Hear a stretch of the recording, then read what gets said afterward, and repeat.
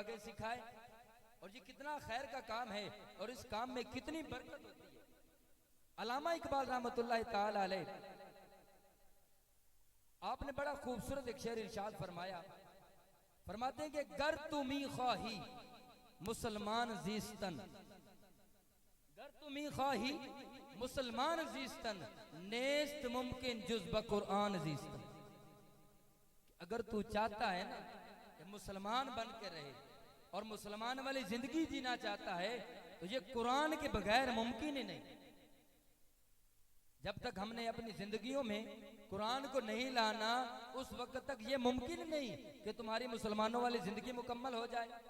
जब अल्लामा इकबाल रहमतुल्लाह अलैह का ये नजरिया है तो हुजूर अलैहिस्सलातु वस्सलाम के इरशाद ग्रामी की तरफ अगर तवज्जो की जाए, आप फरमाते हैं मन क़रा मिनल कुरान हरफन फलहु अशर हसनात, कि जो शख्स एक हर्फ की तिलावत करे, कुरान पाक के एक हर्फ की तिलावत करे तो अल्लाह ताला उसको एक नहीं बल्कि 10 नेकियां अता फरमाता। इस तरह तो मजा नहीं आएगा, जरा आवाज़ बुलंद कह दीजिए सुभान अल्लाह।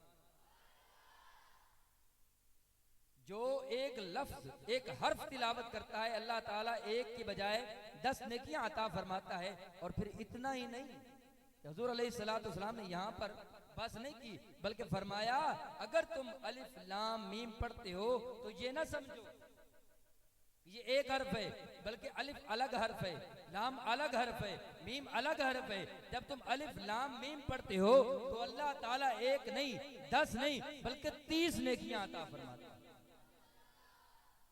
तो जिस कुरान के पढ़ने पर अल्लाह रब्बुल इज्जत हमें इस कदर नेकियों से नवाजता है, तो जहां पर हर वक्त कुरान पढ़ा जाता हो, जहां पर हर वक्त अल्लाह रब्बुल इज्जत के कलाम की तिलावत होती हो, तो क्या उस जगह पर बरकत नहीं होगी? आज आप जिस जगह पर मौजूद हैं, ये तकरीब इसी सिलसिले में मुनाकिद है, महफिल किरात मुस्तफा, किरात कुरान और दस्तार फजीलत। ये दस्तार उन लोगों की है कि जिन्होंने अपने सीनों में कुरान को महफूज कर लिया। ये कोई आम बात नहीं, कोई समझे कि ये छोटी बात है, ये छोटी बात नहीं है, ये बहुत बड़ी बात है। एक वक्त था कि जब मुसलमानों के जो इल्म के जखीरे थे उनको खत्म कर दिया गया, उलमा की किताबों को दरियाओं में बहा दिया गया कि ये इनके सीनों से इल्म निकल जाए। तो एक अंग्रेज आया ना किसी बाबा जी के पास और आके कहने लगा कि अब आप क्या करेंगे, आपके पास तो कोई किताबी शक्ल में इल्म मौजूद ही नहीं, क्या करेंगे आप? तो बाबा जी ने कोई जवाब नहीं दिया, बल्कि आपने अपने एक बेटे को बुलाया। उसने कहा कि आपका कुरान जो आपका इल्म है वो तो सब खत्म हो चुका है, अब आप किस तरह इल्म को जारी रखेंगे? तो वो बाबा जी ने जवाब देने के बजाय अपने बेटे को बुलाया और बेटे से कहा कि आप कुरान पढ़ो। बेटे ने पढ़ना शुरू कर दिया। अब बेटे ने पढ़ते पढ़ते 10 सिपारे मुकम्मल कर लिए। बाबा जी ने दूसरे बेटे को बुलाया, 10 उसने पढ़ दिए। तीसरे को बुलाया, 10 उसने पढ़ दिए। बाबा जी के तीनों बेटों ने 10-10 पारे पढ़ दिए। अब अंग्रेज बड़ा हैरान है कि हमने तो इनका सारा इल्म था जो किताबी शक्ल में वो खत्म कर दिया, बर्बाद कर दिया, लेकिन इनके पास ये ऐसा इल्म मौजूद है कि इस इल्म की मौजूदगी में इन्हें किसी और इल्म की जरूरत नहीं। और वो इल्म कौन सा इल्म है? वो है कुरान का इल्म। किसका इल्म है? कुरान का इल्म है। और जो कुरान पाक की मोहब्बत को दिल में रखता है, जो तिलावत कुरान करता है, अल्लाह ताला उसे दुनिया में भी नवाज देता है और आखिरत में भी नवाज देता है। हमारा तो ये ज़हन है ना कि अगर हम बच्चों को हिफ्ज़ पे लगा देंगे, अक्सरियत का ये ज़हन है, तमाम का नहीं। अच्छे लोग भी मौजूद हैं जो दीनी सोच रखते हैं, लेकिन अक्सरियत का ज़हन क्या है कि अगर हमारा बच्चा कुरान पढ़ेगा या दरस निज़ामी पढ़ेगा, मुदर्रिस बनेगा, तो वो दीन तो कमा लेगा, लेकिन दुनिया का कैसे उसका गुजारा चलेगा? खाएगा कहाँ से? ये एक जनरली तौर पर सवाल होता है कि हम कुरान तो पढ़ा दें, मदरसे में बच्चा दाखिल करवा दें, लेकिन बच्चा खाएगा कहाँ से? अरे नादान, तुझे क्या खबर कि जिसका वो कलाम पढ़ रहा है, जिस इल्म को वो सीख रहा है, उस कलाम का जो जिसका वो कलाम है जो रब ताला है, जो रब्बुल आलमीन है। सिर्फ ये नहीं कहा कि रब्बुल मुस्लिम है, रब्बुल आलमीन है, तमाम जहानों का पालने वाला है। रिज़्क़ का वादा तो उसने कर रखा है, और तू क्यों परेशान होता है? अल्लाह रब्बुल इज्जत ने रिज़्क़ का वादा फरमाया है तो रिज़्क़ तो वो देगा। लेकिन अगर बंदा इस रिज़्क़ के पीछे चल जाए ना तो बंदा ज़िल्लो ख्वार हो जाता है। अगर बंदा दीन इस्लाम की तरफ चले ना, हदीस पाक में आता है जिसका मफहूम यह है कि दीन रोशनी है। दीन क्या है? दीन रोशनी है और दुनिया एक अंधेरा है, साया है। अब अगर आप गौर करें, रोशनी की तरफ जाया जाए, वैसे भी आप तजुर्बा कर सकते हैं कि रोशनी की तरफ अगर जाया जाए तो आप देखेंगे साया आपके पीछे पीछे आ जाएगा, है कि नहीं बात? रोशनी की तरफ जाया जाए तो साया खुद ही पीछे आ जाता है। लेकिन आपने तजुर्बा करके देखना है कि अगर आप साये के पीछे चलें तो क्या साया आपको पकड़ाई देगा, आपके हाथ आएगा? यही मिसाल दुनिया की और दीन की है कि अगर अपने आप को आप दीन की तरफ लगा लें, दीन की तरफ चल पड़े, तो अल्लाह ताला उसमें बरकतें अता फरमाएगा। फिर रिज़्क़ की कमी नहीं रहेगी, हर किस्म की तंगी, हर किस्म की कमी अल्लाह रब्बुल इज्जत दूर फरमा देगा। क्योंकि जब अपने आप को आपने दीन पर लगा दिया तो रिज़्क़ का तो वादा अल्लाह ने किया हुआ है, वो अल्लाह ताला आपको रिज़्क़ कसीर अता फरमाएगा। लेकिन अगर आप कहें कि हम दुनिया की तरफ जा रहे हैं, हमने दुनिया की तरफ अपना रुख कर लिया है, तो ये आपकी भूल है कि दुनिया आपके हाथ में आ जाएगी। ये कभी नहीं हो सकता। अगर इंसान, नबी पाक अलैहिस्सलाम का फरमान आली शान है कि इंसान के पास अगर सोने की वादी हो ना, वादी मतलब पूरी बस्ती हो, पहाड़ियां हो, उसमें हर सारी जमीन सोने की हो, इंसान के पास सोने की एक वादी हो तो उसका पेट फिर भी नहीं भरता, वो फिर हिर्स करता है कि एक और होती तो बेहतर था। इंसान है ना। और फिर नबी पाक अलैहिस्सलाम ने फरमाया कि इंसान का मुंह सिर्फ और सिर्फ कब्र की मिट्टी ही भर सकती है, सिर्फ कब्र की मिट्टी इंसान का मुंह भर सकती है। दुनिया का लालच करते करते लालच बढ़ता जाएगा और बढ़ता जाएगा और बढ़ता जाएगा, लेकिन लालच खत्म नहीं होगा। सिर्फ कब्र की मिट्टी है जो इंसान के लालच को, इंसान के मुंह को भर सकती है। इसके अलावा वो किसी किस्म की चीज से सैर नहीं होता और ना ही उसका शिकम भरता है। तो ग्रामी कदर हजरात, महफिले हुस्ने किरात और दस्तारे फजीलत जिसमें आप तशरीफ फरमा हैं, बहुत ही प्यारे अंदाज में मुनक्किद है और माशाल्लाह मेहमान जोक दर जोक तशरीफ ला रहे हैं। हम दीगर तमाम आने वाले मेहमान ने ग्रामी कदर को खुशामदीद कहते हैं कि वो अपने मखसूस टाइम में से टाइम निकाल कर हमारे पास तशरीफ लाए और हमें उन्होंने इज्जत बख्शी। एक आवाज बुलंद के साथ नारा लगाना है मेरे साथ मिलकर, नारे तकबीर। पीछे वाला हजरात भी जरा बुलंद आवाज के साथ जवाब दीजिएगा, नारे तकबीर, नारे रिसालत, नारे तहकीक, नारे हैदरी, नारे हैदरी, नारे गौसिया।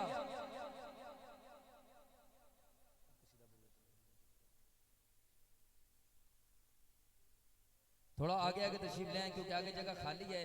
पीछे से आने वाले मेहमान ने ग्रामी जो है वो पीछे तशरीफ फरमा हो सके आसानी से। तो जो जगह बीच में खाली है आप इधर आगे तशरीफ ले आए, बड़ी मेहरबानी आपकी, आप आगे आए ताकि पीछे वाले जो आने वाले मेहमान हैं, मेहमानों को कोई तंगी ना हो, वो भी आसानी के साथ तशरीफ रख सके। इस साइड से भी आप आगे तशरीफ ले आए।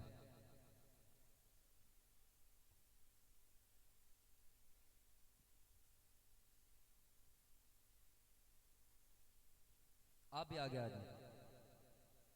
माशाल्लाह बहुत रौनक महफिल हो रही है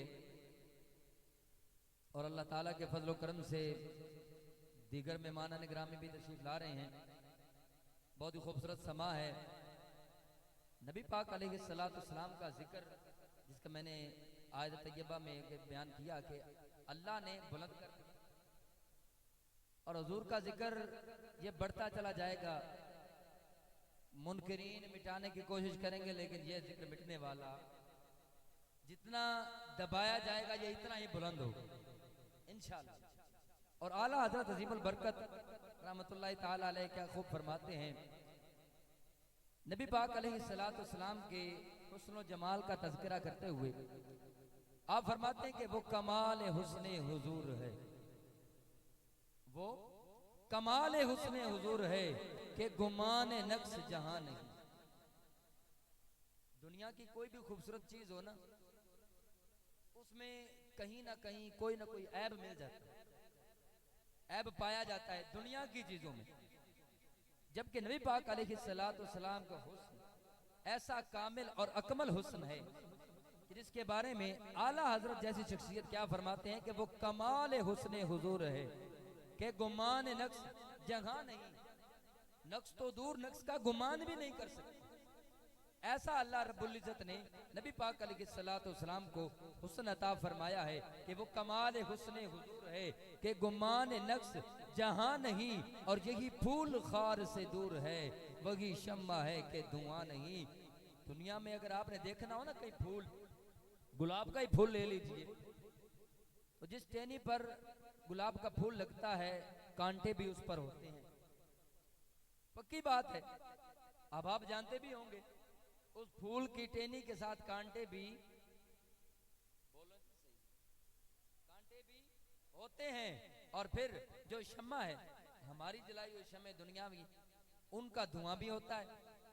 अब नबी पाक अलैहिस्सलाम की तारीफ करते हुए आला हज़रत फरमाते हैं कि वो कमाल हुस्न हुजूर है कि गुमान नक्श जहां नहीं, यही फूल, फूल से मुराद हुजूर की जात है, ये फूल खार से दूर है। ये वो फूल है कि जिसके साथ कांटे वाली कोई चीज ही नहीं, कांटे वाली कोई चीज नहीं है, क्योंकि कांटा खारदार होता है। आप फरमाते हैं कि ये फूल खार से दूर है, और वही शम्मा है कि धुआं नहीं। ये ऐसी शम्मा है कि इसका धुआं नहीं है। ये शम्मा पूरी दुनिया को रोशन किए हुए, और हुजूर अलैहिस्सलाम की जात अक़दसी वो जात है कि जिसकी वजह से अल्लाह रब्बुल इज्जत ने पूरी कायनात का निजाम बनाया। हम कह सकते हैं कि हुजूर की जात वजह तख्लीक कायनात है। तू ना होता तो ना होता दो जहां का इंतजाम, तू ना होता तो ना होता ये दो जहां का इंतजाम। तू जमी का नूर है, तू आसमां का नूर है, तू जमी का नूर है, तू आसमां का नूर है। नबी पाक अलैहिस्सलाम की जात अक़दसी वो जात है कि जिस जात की वजह से अल्लाह रब्बुल इज्जत ने पूरी कायनात को तामीर फरमाया और हुजूर की खातिर हर शय को तख्लीक किया। नबी पाक अलैहिस्सलाम की शान में आला हजरत अजीमुल बरकत जो आगे इशार फरमाते हैं कि मैं निसार तेरे कलाम पर, मैं निसार तेरे कलाम पर। नबी पाक अलैहिस्सलाम जब गुफ्तगू फरमाते थे ना, तो आप अलैहिस्सलाम की गुफ्तगू सुनने वाले पर बहुत असरअंदाज होती, और सुनने वाला यूं समझता था कि जैसे उसको मुकम्मल समझ आ। मैं निसार तेरे कलाम पर मिली यूं तो किसको ज़बान नहीं। अल्लाह ने हर किसी को ज़बान दी है, लेकिन हुजूर का कलाम ऐसा कलाम है कि आला हज़रत फरमाते हैं कि मैं निसार तेरे कलाम पर मिली यूं तो किसको ज़बान नहीं। वो सुखन के जिसमें सुखन न हो, वो बयां के जिसका बयान। ऐसा बयान फरमाते हैं कि हुजूर की बारगाह में जब कोई गैर मुस्लिम आता था ना, आपके इरशादात को, आपकी अहादीस को सुनकर वो कलमा पढ़ लेता, मुसलमान हो जाता था। कैसे कैसे लोग आए हुजूर को नाउज़ बिल्लाह शहीद करने के इरादे से आते, लेकिन मुसलमान होकर हुजूर के गुलाम बन जाते। कई ऐसे सहाबा किराम हैं जो आते थे और इरादे थे, लेकिन काम और हो जाता। आते थे कि हम नाउज़ बिल्लाह मुसलमानों के नबी को इस दुनिया से खत्म कर देंगे, अल्लाह ताला माफ फरमाए, वैसा ज़हन लेकर आते थे। लेकिन जब हुजूर की जात अक़दस को देखते थे तो आप में गुम हो जाते थे, गुम हो जाते थे। और कई तो आपका कलाम सुनकर कलमा पढ़ लेते, कई आपको देखते ही कलमा पढ़ लेते, उनकी जबान पर कलमा तो ये जारी हो जाता। देखे ना, अब इरादा इंसान और करता है, लेकिन जो मालिक की मर्जी होती है होना तो वही है। इरादा इंसान का और होता है, लेकिन मालिक जो चाहता है वही होता है। जिस तरह के एक हदीस कुदसी भी है कि फरमाया, ऐ इब्ने आदम, एक तेरी चाहत है और एक मेरी चाहत है। अल्लाह ताला फरमा रहा है हदीस कुदसी क्या होती है? उलमा इकराम फरमाते हैं कि हदीस कुदसी से मुराद कि कलाम अल्लाह का हो और जबान मुस्तफ़ा की। लगता है आप लोग थक हैं, आवाज बुलंद करके जरा कह दीजिए सुभान अल्लाह। एक बार फिर कह दीजिए।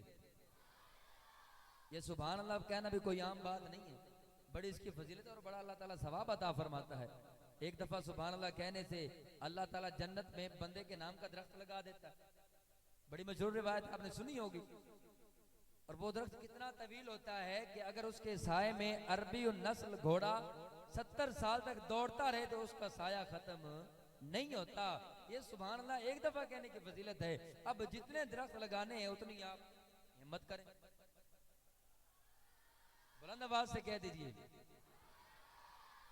अल्लाह रब्बुल इज्जत के प्यारे महबूब सल्लल्लाहु ताला अलैहि वआलिहि वसल्लम, आपका जिक्र इस कदर बुलंद है कि इतना किसी और का जिक्र बुलंद नहीं है। अंबिया कराम तो और भी आए, कमोबेश 1,24,000 आए, 24,000। और तमाम अंबिया कराम अपनी अपनी हैसियत के मुताबिक जो जो अल्लाह ने मोर्जे अता फरमाए वो लेकर आए। लेकिन नबी पाक अलैहिस्सलाम की जात अक़दस वो जात है कि जो मोर्जा बनकर, जो मोर्जा बनकर आए। हुजूर अलैहिस्सलाम की जात अक़दस को अल्लाह ने सरापा मोर्जा बनाकर भेजा। और फिर जब जिक्र मुस्तफ़ा की बात हो तो आला हजरत का कलाम इंतहाई आला। आप रदी अल्लाह ताला अन्हु इसी कलाम में वो कमाल हुस्ने हुजूर है कि गुमान नक्श जहां नहीं, यही फूल खार से दूर है, वही शम्मा है कि धुआं नहीं। और फरमाते हैं कि तेरे आगे यूं हैं दबे लचे फुसहा अरब के बड़े बड़े। जो अरबी लोग हैं ना, अरब के लोग, वो बड़े फसीओ बलीग होते हैं। उनके